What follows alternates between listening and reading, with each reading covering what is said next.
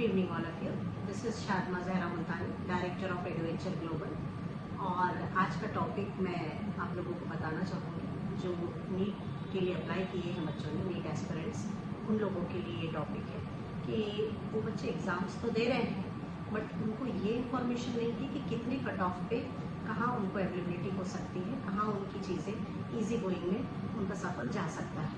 जैसे ये मोस्टली बहुत सारे बच्चे हैं जिनको ये पता ही नहीं होता है कि इतने मार्क्स पे उनका एम्स में एडमिशन हो जाएगा, इतने मार्क्स पे उनका गवर्नमेंट एडमिशन हो सकता है, इतने मार्क्स पे सेमी गवर्नमेंट हो सकता है, इतने मार्क्स पे उनका प्राइवेट हो सकता है, सेमी प्राइवेट हो सकता है।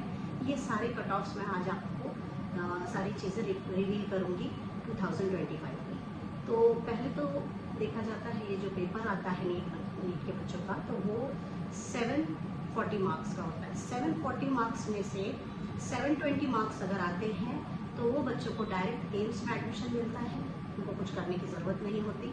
वो बच्चे आराम से एम्स में एडमिशन ले सकते हैं। एम्स कहीं का भी, ऐसा नहीं कि पर्टिकुलर दिल्ली का या कहीं का, जहाँ भी एम्स अवेलेबल है 720, that is a too difficult and too big thing for the students of NEET जो अपेयर हो रहे हैं इसमें। तो सबसे बड़ी बात ये कि जो बच्चे 740 में से 720 मार्क्स ला रहे हैं वो डायरेक्ट एडमिशन उनका एम्स में हो जाता है। इसके बाद आ जाती है बारी गवर्नमेंट कॉलेजेस की, जिसमें से उनको 650 मार्क्स यानी 650 मार्क्स आउट ऑफ 740 लाना ज़रूरी है। इसी के बाद उनको गवर्नमेंट कॉलेजेस मिल सकते हैं। फिर इसके बाद आ जाता है ऑप्शन SC ST का। अब ये SC ST OBC जनरल ये कैटेगरी के बच्चे जो हैं, इनके मार्क्स 550 भी आने पर इनको ईजीली एडमिशन मिल सकता है गवर्नमेंट कॉलेज में।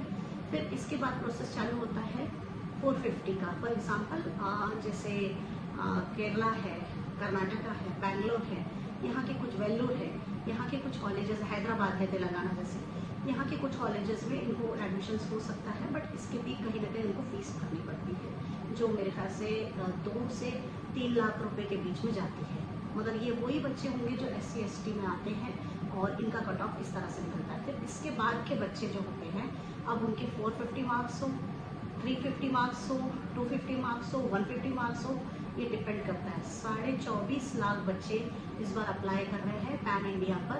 और अब ये देखा जाएगा कि इन बच्चों में से देखते हैं, जो हम पिछला आंकड़ा देखते आए हैं प्रीवियस, तो 740 में से 720 मार्क्स लाना it's not a easy task. ये बिल्कुल भी ईजी नहीं है।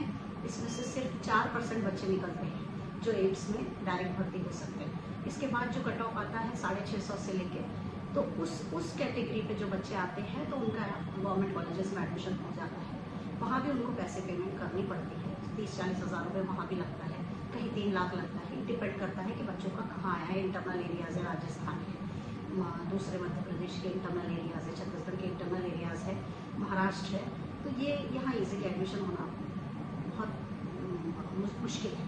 और अब देखा जाए तो ये जो बाकी के बच्चे हैं, इनके लिए फिर ये हो सकता है कि अब्रॉड हम उनको भेज सकते हैं, वहाँ इन बच्चों का इजीली एडमिशन हो सकता है।